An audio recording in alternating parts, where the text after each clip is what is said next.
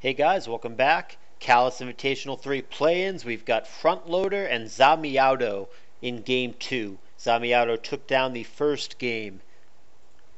Here's Game 2. Frontloader playing as Husk. 1442 on the bottom leads the Swampert. It's a Milo lead on the top for Meowdo, also known as Charm Flash, and they're both going to stay in. It's going to be a Surf and a Toxic respectively. That Toxic is gone thanks to a refresh. Blissey coming in for Frontloader. It's going to be on the bad end of a Surf. 13 big ones, even less after lefties. And in comes Skarm. That's going to be immune to Toxic, of course, with that Steel typing. But here's an immediate Magneton from Frontloader. Spikes. And yeah, Thunderbolt on the Protect turn. That's going to be a one-hit KO with Thunderbolt, so one layer is all he's going to get down. However, there is a revenge kill immediately from Dugtrio, and that's going to leave us in a 5-5 situation. Charm Flash for the second game in a row is going to be bringing Claydol, and he's got Refresh as well. So there is one layer down since both players have a Skarm, or had a Skarm in Charm Flash's case. But Rapid Spin does happen here, and those spikes go away. Milotic in now. It's going to be on the bad end of Toxic again, but we already know that it has Refresh. And there it goes. And Surf is paltry here, 11%, and he's got lefties since there's no sand. Celebi coming in now. That's going to avoid a Toxic. Status doesn't seem great against Charm Flash's team. Dugtrio really doesn't care about Toxic all that much. Both Milotic and Claydol have already been confirmed to have Refresh.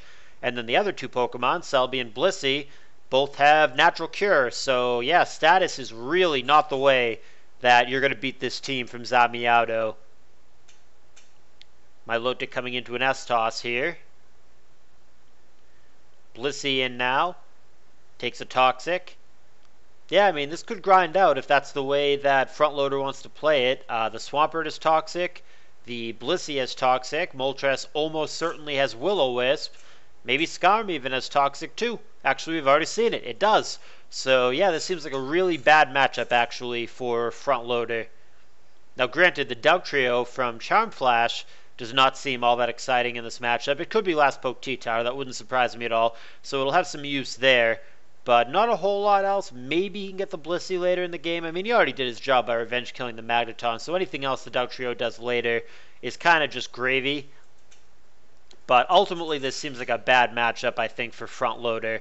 His team seems very, very reliant on Spikes, which he is going to have a really hard time keeping down. And, of course, on Toxic and Will-O-Wisp residual damage. And there is the Will-O-Wisp, which Charm Flash's team just does not care about with the double Refresh, double Natural Cure.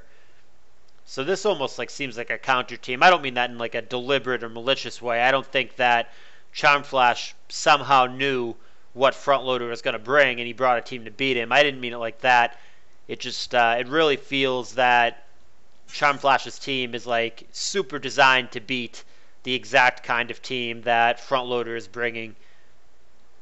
Now granted, Charm Flash's team has a serious lack of offense, and he did only manage to get the one layer of spikes down before he got picked off by Magneton, so as far as Charm Flash actually winning the game, that could take a while. But I'm looking at how does he lose, and it just seems really hard right now.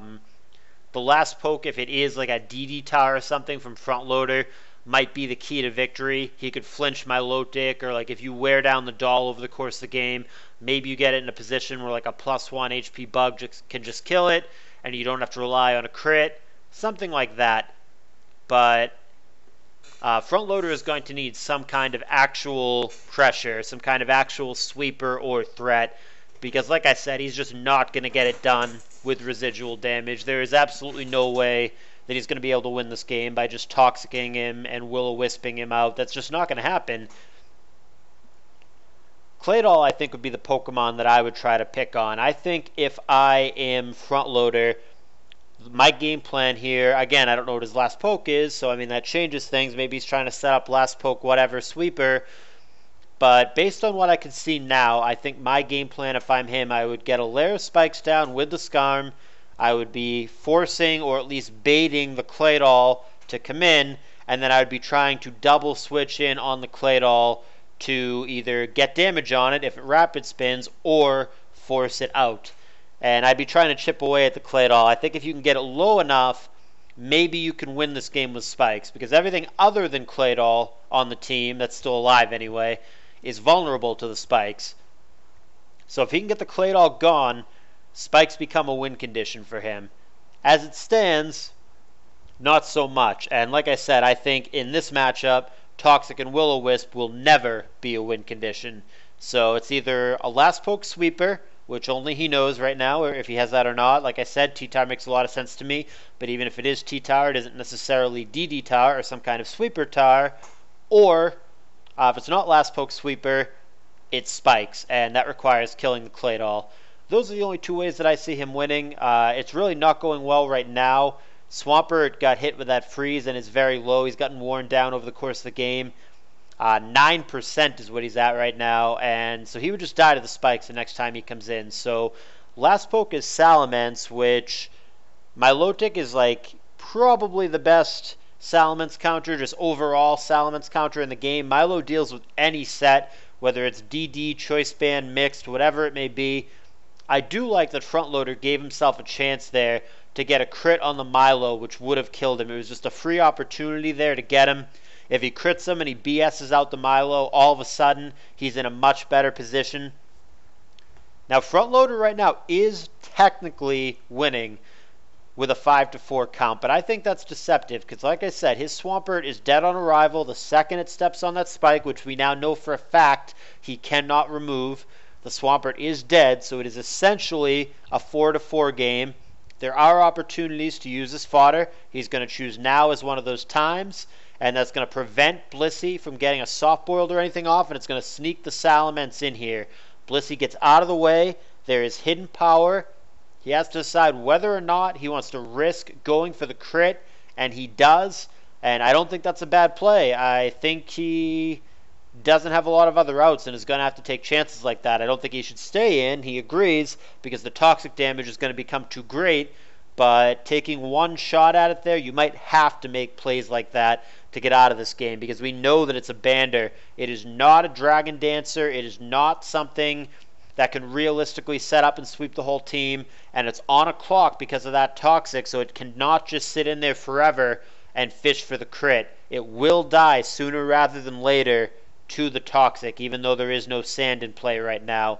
And Blissey, we know for a fact, we see the moveset on the screen, Toxic S-Toss, Ice Beam, Soft Boiled, does not have Heal Bell or Aromatherapy, so Salamence is stuck with that Toxic. It does, I learned this in the Hellpona game recently, Salamence actually learns Refresh, but I would be floored, shocked, stunned if this Choice Band Salamence had Refresh. He actually does land a crit on Milo there, but Milo had already gotten the recover off and was so healthy, so he would need a back-to-back crit, which is ridiculously unlikely, and indeed he does not fish for it.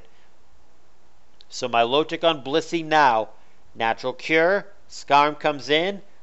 Spikes have not stuck throughout the game. It is now Meowdo on the good end of a critical hit. And wow, not even going to play it out. Frontloader has seen enough. Very, very hard matchup, and he comments as such in the battle chat. And he is done. He is going to pack it in. It is going to be Meowdo with the 2-0 series victory. So like I said, guys, that was the final match in the round of 8 in either group for the play-ins. Where that leaves us is Meowdo is going to play against Sadly Cius, and then the winner of that match is going to play against Bad Dummy for the spot. And then in the other group, we've got X-Ray against Zokaru, and the winner of that match is going to play against Zomog for a spot. So we're getting toward the end, but those matches as of this recording have not happened yet. Obviously, I will bring them to you when they do. In the meantime, give me a thumbs up if you've enjoyed this, and in the description here, I'll remind you guys, we have a link to the CALLOUS Invitational Discord channel that everybody should join. It's the best way to keep up to date with everything. Ask for the matches tag if you don't have it already. There's also a link to the Pokemon Perfect thread where this tournament will be immortalized, if you will. You can always go there to check out the previous CALLOUS Invitational 1 and 2, as well as to keep up with CALLOUS Invitational 3. And finally, please consider subscribing to this channel if you've not done so already. Trying to get back up to a hundo so I can officially be Callous Narrates once again. Alrighty, that's all for today. Hope you guys enjoyed it. Thanks for watching, and I will see you guys next time.